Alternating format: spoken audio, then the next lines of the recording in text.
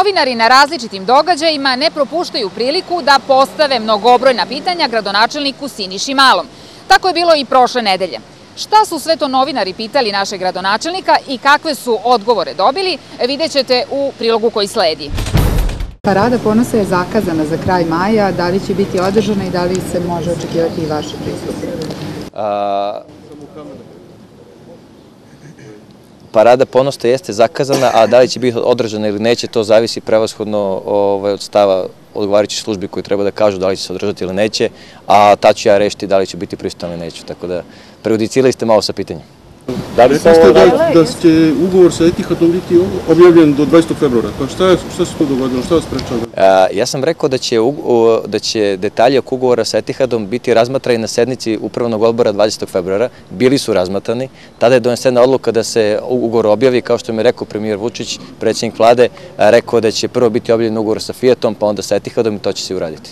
Da li radno vreme ovo skačni javni sektor kači grad i gradski opština? Kako da ne, ja sam danas potpisao odluku o promeni radnog vremena, ona stupa na snagu u ponedeljak, tako da će se u gradskoj upravi i preduzećima koja, da kažem, indirektno pripadaju gradskoj upravi, promeniti radno vreme počeši od ponedeljka. Ono što promene koje još očekujete, to je jedno drugačije ponašanje i odnos prema građanima grada Beograda, s obzirom da će sekretarijati koji do sada nisu primali građane i oni koji su ih primali, ako se ne varam, utorkom i četvrtkom od 2 do 4 ili od 12 do 2, to raditi svaki dan, ceo dan, i vrlo brzo će biti objavljena satnica i gde i kako građani mogu da se obrate pojedinim sekretarijatima za pomoć. Prevashodno tu govorimo o sekretarijatima koji do sada su bili relativno spori u odnosu na probleme građana, kao što je Sekretarija za legalizaciju, Sekretarija za urbanizam i slično. Osim toga, očekujte i promenu koju sam juče najavio, a to je da će od sledeće nedelje svaki član gradskog veća biti jedan dan u mesecu na raspolaganju građanima ceo dan. To je takozvana politika otvorenih vrata, tako će moći da ih pita, da će građani moći da se najave, da dođu i da postave bilo koje pitanje članovima gradskog veća, koje ćemo onda mi naravno krenuti u rešavanje. Recite nam konkretno na šta će se odnositi uštede u toj socijalnoj dimenziji?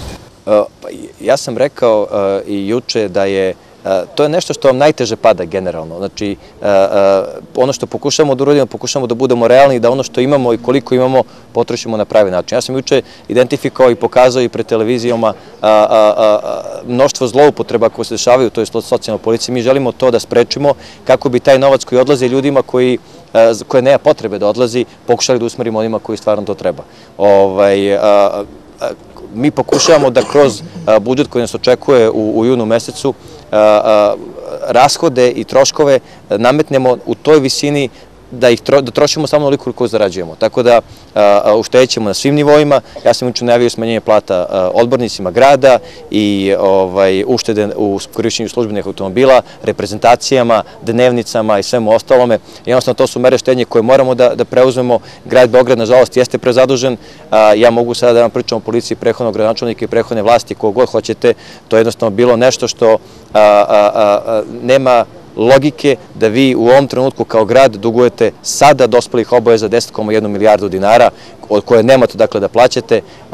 Mi nemamo drugog izbora. Dakle, moramo prvo da vratimo te zaostale dugove, da gledamo trošimo manje, da bismo krajem godine, ukoliko uspemo to završimo, kao sam već obećao, krenuli u novu politiku, ne samo socijalnu, nego i ostale politike vezane za investicije i kako bi grad